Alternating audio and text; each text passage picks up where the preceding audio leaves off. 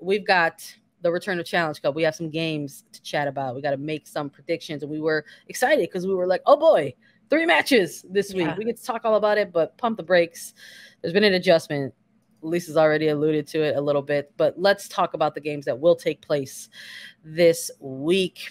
If you could catch them tonight on Paramount Plus. We've got Angel City FC versus San Diego Wave, Portland Thorns versus Orion. We got some big rivalry games here.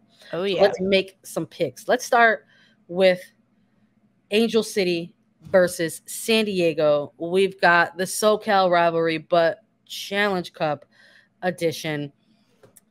I'm not too sure. I'm not confident in making a pick in these, Lisa. There's something about Challenge Cup. The whole cue, the chaos energy is quite real this year in Challenge Cup. We've got 2 teams coming off regular season performances that they maybe want to forget about, try to bounce back and get a result.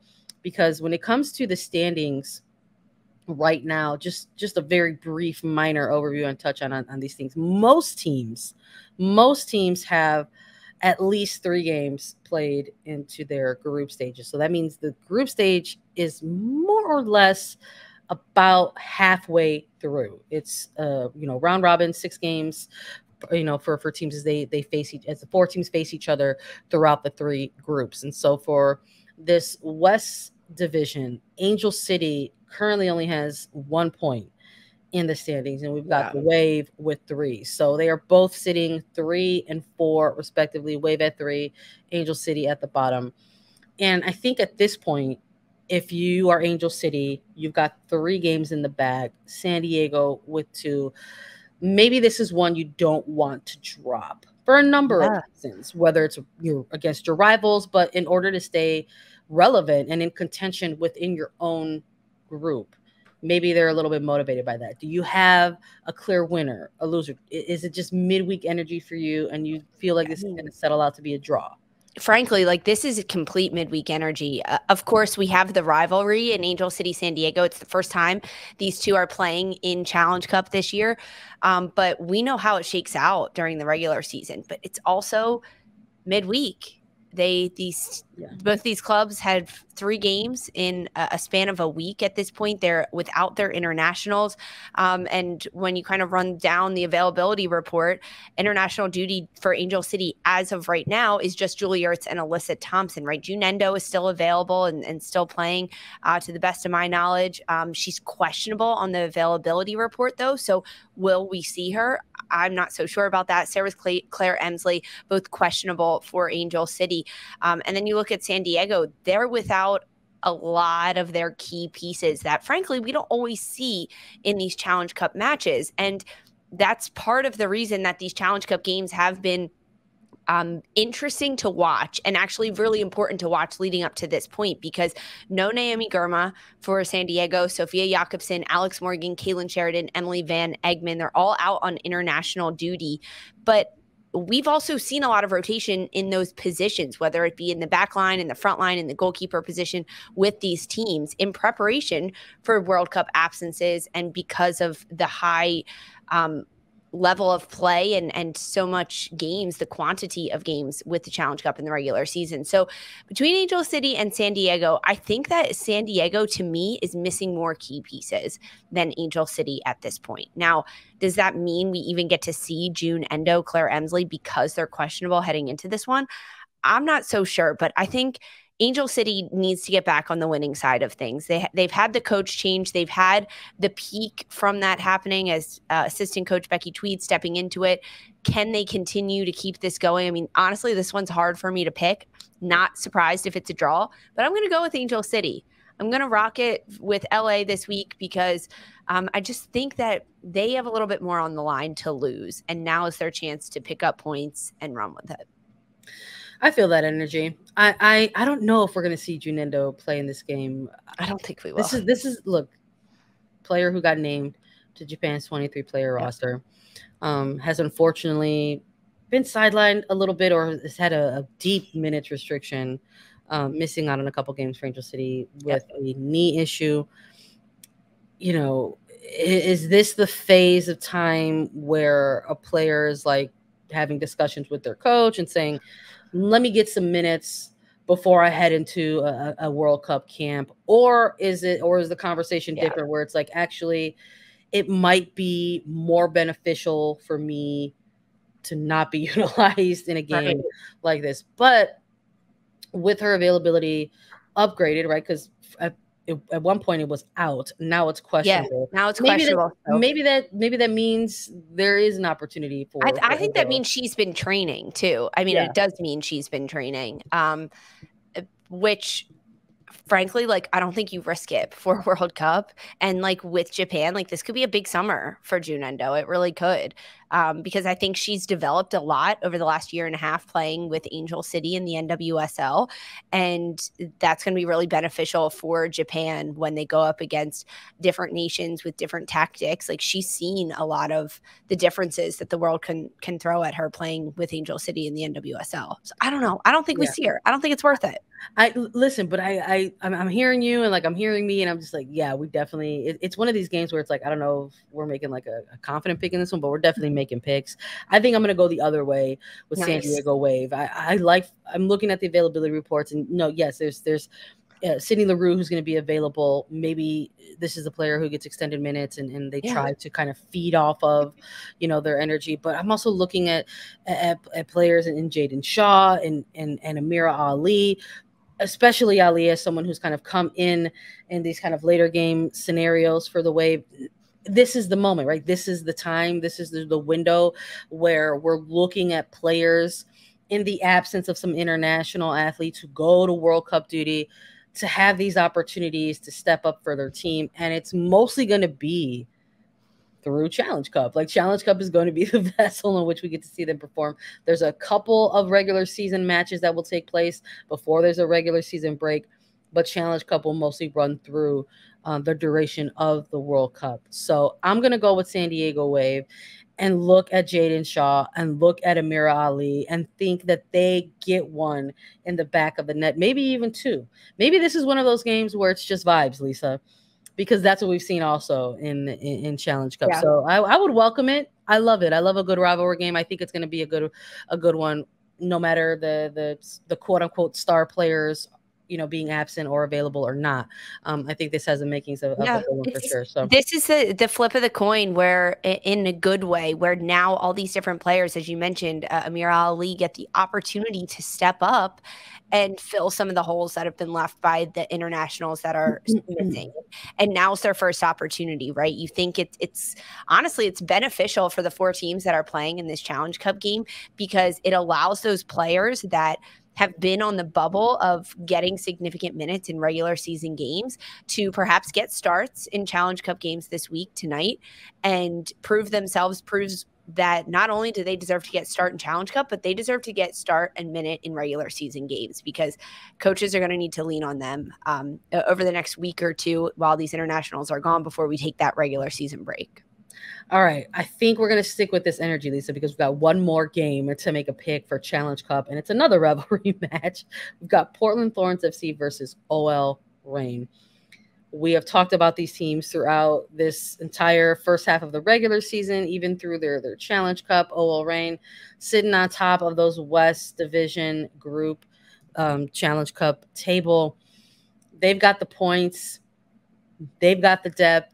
But Portland also has a deep bench as well. Those are two things that we've talked about a lot, some similarities for these two clubs.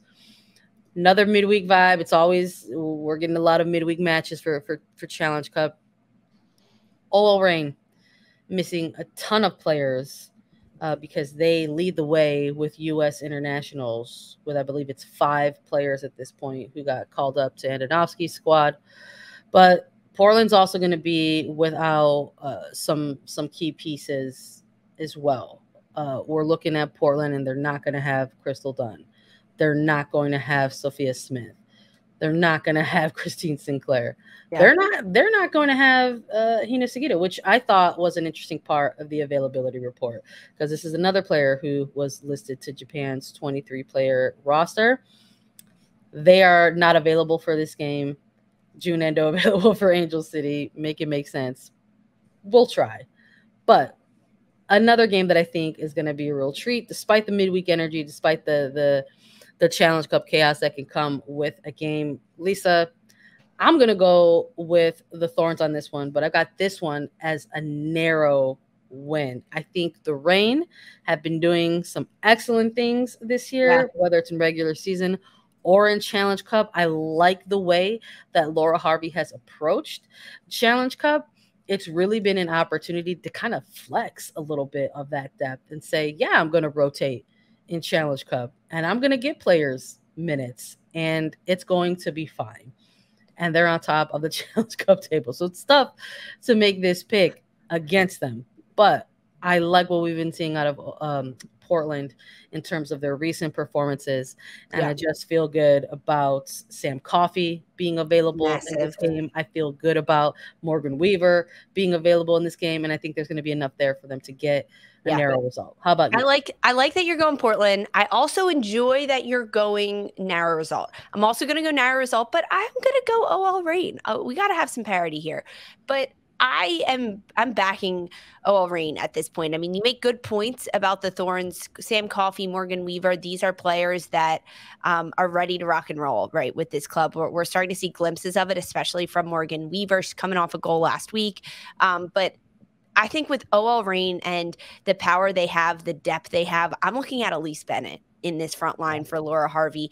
I am excited about this player to kind of let loose and break free. We saw Bennett last season with Kansas City Current, and it took a little bit for her to get going last year. It did. I mean, rookie year, Kansas City also struggled themselves throughout the beginning of last season.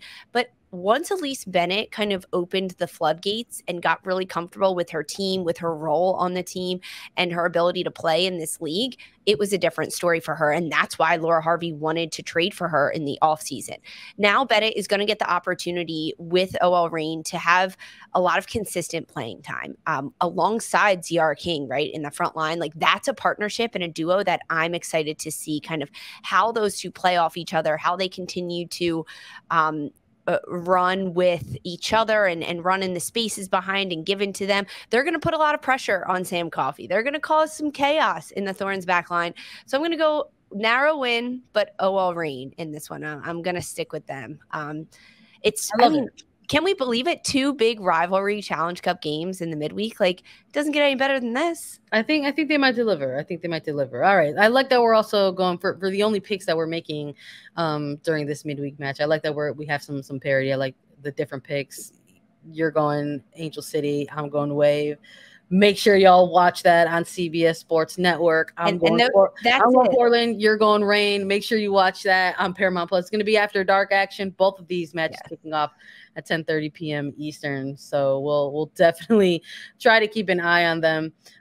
We were hoping that we were going to be able to make a third prediction, a third pick, as originally there were 3 games slated for today on Wednesday the 28th, but Orlando Pride and Gotham FC, will they ever play each other in the Challenge Cup? Stay tuned because this match also got postponed. Another weather effect and travel delays that have pretty much played a role in causing this to get moved. So unlike their previous match, which was deeply affected by the air quality, the poor air quality and wildfires, this has a combo of things to call and, make the call of postponement.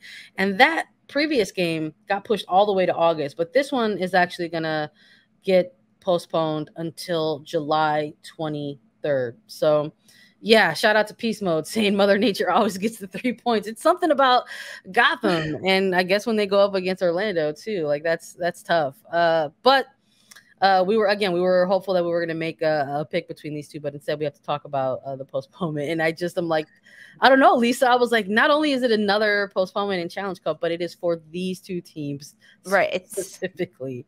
At least like it's getting canceled well before the game, and well before, I mean like a couple like the day of, in the morning of the game.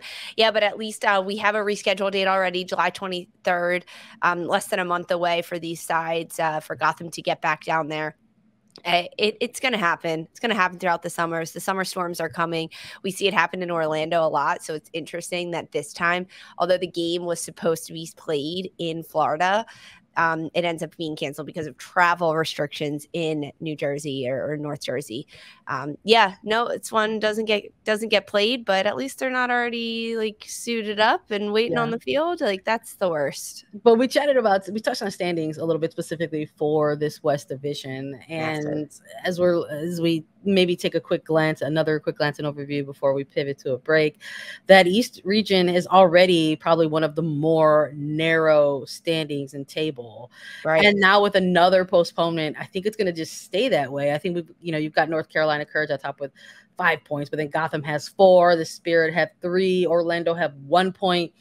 And these are 2 games between Gotham and Orlando where it's like maybe they could shift that table a bit. If Orlando picks up a win and a draw or a couple wins, like it'll absolutely turn things upside down. And now we're gonna have to wait and see who comes out of the East, and keep an eye on that. I think it'll come down to the wire. And I think it's unlike some other groups where you're like, well, this team might walk away with it and this other team might walk away with it. Maybe the not only the top seed, but perhaps even that high ranked second seed might also come out of the East. Yeah, I think like across the 3 different regions, East, Central, and West, between the East and the West, it's pretty tight. The Central region, though, Racing Louisville running away with the Challenge Cup, 3 straight wins. They're at the top of the table with 9 points, and they're at the top of the entirety of the Challenge Cup with 9 points. The closest one behind him is OL Reign, who's got undefeated, 2 wins, and a draw at this point. But it's interesting kind of how everything shakes out, right? Top of the group will move on to the Challenge Cup semifinals, plus the second highest out of those groups with the most points moving forward. It's been fun. It's been an interesting Challenge Cup run. It's been interesting. We're going to get a lot more Challenge Cup games coming up in the next couple of weeks.